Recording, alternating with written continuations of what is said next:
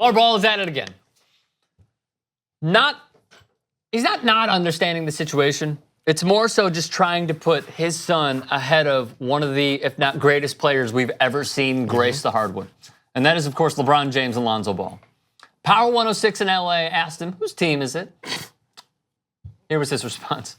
That's not LeBron's team. Hey, he got a LeBron's team. He ain't homegrown. LaVar. You can say what you want, but we know what it is. Lonzo ain't go to Cleveland. LeBron came here to LA. We already over here. What can LeBron learn from Lonzo? He can't learn nothing from Lonzo, and Lonzo can't learn nothing from him. What they got to do is win together. I haven't had anything. LeBron is doing his thing, getting acclimated to LA. You know what? I'm doing my thing, building my empire. So I'm probably gonna run into him probably at the first game or something like that. Did you get word early on that LeBron was coming to LA before anyone else? Ain't get word. I already knew he was coming to LA.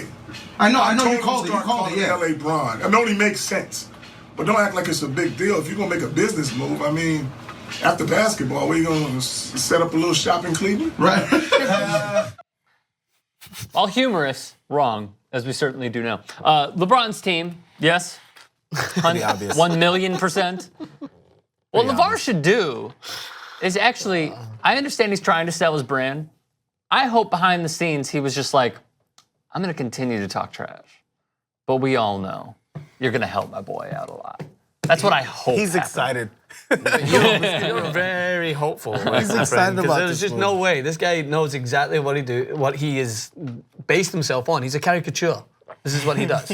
And I actually appreciated him for it when we used to talk about him all the time. I would say, he's selling his brand. And this was when the brand was on its way up. And now look at how lucrative his brand is. And even when Jay-Z and everyone else was coming up and being like, you know what, if he's gonna sell his sneakers for that price, who cares? Like, he's making a brand. I'm not blaming him for it. Good for him doing it. This is just another, them asking him the question is just literally knowing that he's going to answer. Well, booking him. Yeah, they know he's gonna give you those sound bites. And he's gonna get Power 106 on the Google search for LeBron James and LaVar Ball. And they know exactly what they're doing. Yeah, I feel like there was one point in that interview I read at least.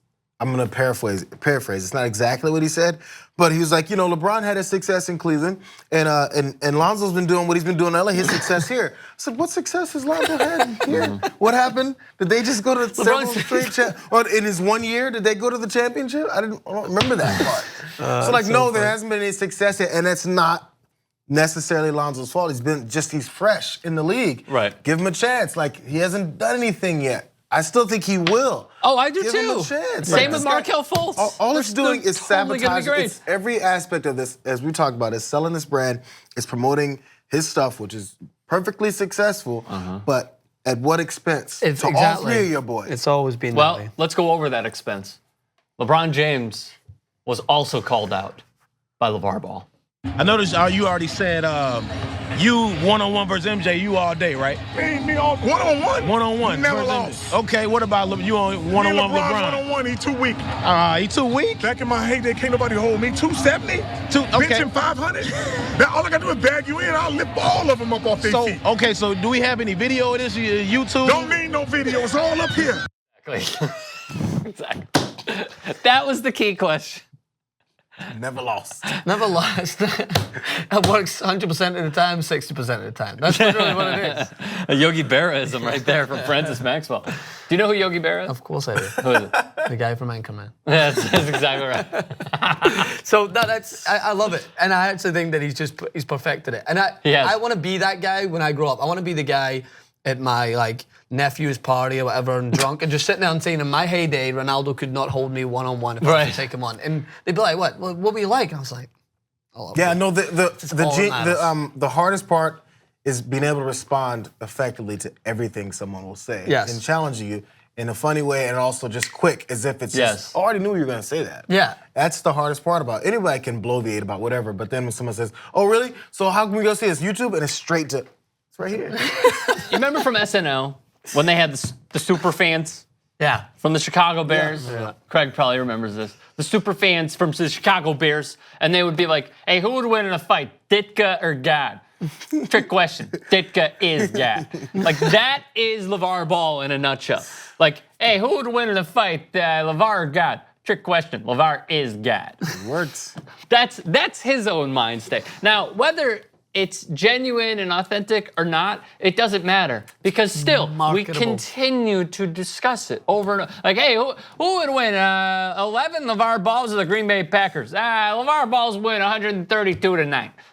Like, that's where we're at with LaVar And Ball. he's in the correct sport, as we talked about also in the previous story. Exactly. If this was an NFL, They're not even hockey, football, the international version, people wouldn't like it. They're not even going to humor it. They wouldn't humor it. But because it plays in with the. Why wouldn't the soccer narrative. players humor it?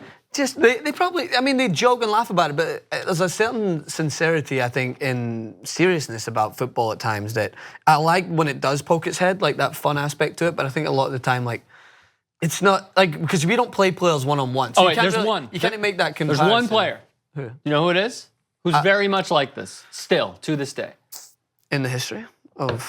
No, like still playing technically. Oh, Zlatan. Yes. Yeah, Zlatan's He's the only one. But at the same time, it's like Zlatan makes those comparisons, but you rarely see him make them directly against one-on-one because in football we don't have that aside like outside I of was the just game. talking about the braggadocious nature. But right. if there was something that, like, if you could just take players one-on-one, and we used to play a game called Cuppy back home, where you'd be able to play one-on-one and there'd be a goalkeeper, World Cup, you guys call it here, I think. That's, like, I could say I'd beat Ronaldo in a game of Cuppy or something like that. How many it's just balls not did a it thing. require? I think I'd need to have at least LaVar Ball on my team to beat. I think me and LaVar Ball could beat How many Ronaldo. balls were involved in this game? In Cuppy? Just one. Oh, I thought So two. it's like the tackling drill in football? It's like, yeah, you just have you have one goalkeeper right here, and then the keeper kicks it out, and it's just two you trying to score into the one goal. Oh, it's 2-on-1. Yes, no, it's two. It's one versus. You can have it like you can go all the way up to like 10 people so playing, it's but goalkeeper it's every versus man for someone. themselves. And my cousin used to play it in a way that was the worst. Like this is why it doesn't show how good you are. I used to be running all around the time, getting the ball, doing all the running, trying to figure out a way to score. I'd shoot, it would hit off the post or something. He'd just stand there and tap it in. Oh, it's like 21 and you play basketball. Every man for But an himself. air ball. Yeah, But That's why we have the rule in 21 where you got to take it. check So you got it to, Yeah, there's take no that. such a rule. My cousin used to be a poacher. Well, you're sports too. A ready-made Teddy Sheringham, just standing there, just poking his head, putting it in. Let me ask you: is there one soccer player that you think you can beat in Cuppy? Of course there is. Across the world. Professional. Yeah, undoubtedly. Who? I could name an abundance of players. Yeah, I'm waiting. Because he'd be a poacher. Yeah, he'd be a post. Let's start with What one? Cleverly. Nathan Cleverly. He used to play with Man United and Everton. I think I could at least beat him one-on-one. How about Anderson from United? Nah, he's probably still a lot more talented than I am. You think so? But the thing is, it's not really talent versus talent. Like they could just be very good at one-on like that game. They could just box me out and be super strong and put it in the corner. You know? They can, yeah. So you had an abundance of names, but you gave one. Yeah, I did. I was just thinking of any low league. I was hoping you weren't going to keep pressing and just take that as a LaVar Ball answer and be like, yeah, I agree with you. Yeah, there's tons. All you had to say was, can you think of an never else? All up Should be here. the answer to everything. All up here. So you have evidence of you beating. All up here. Gotcha. Do we think he benched 500?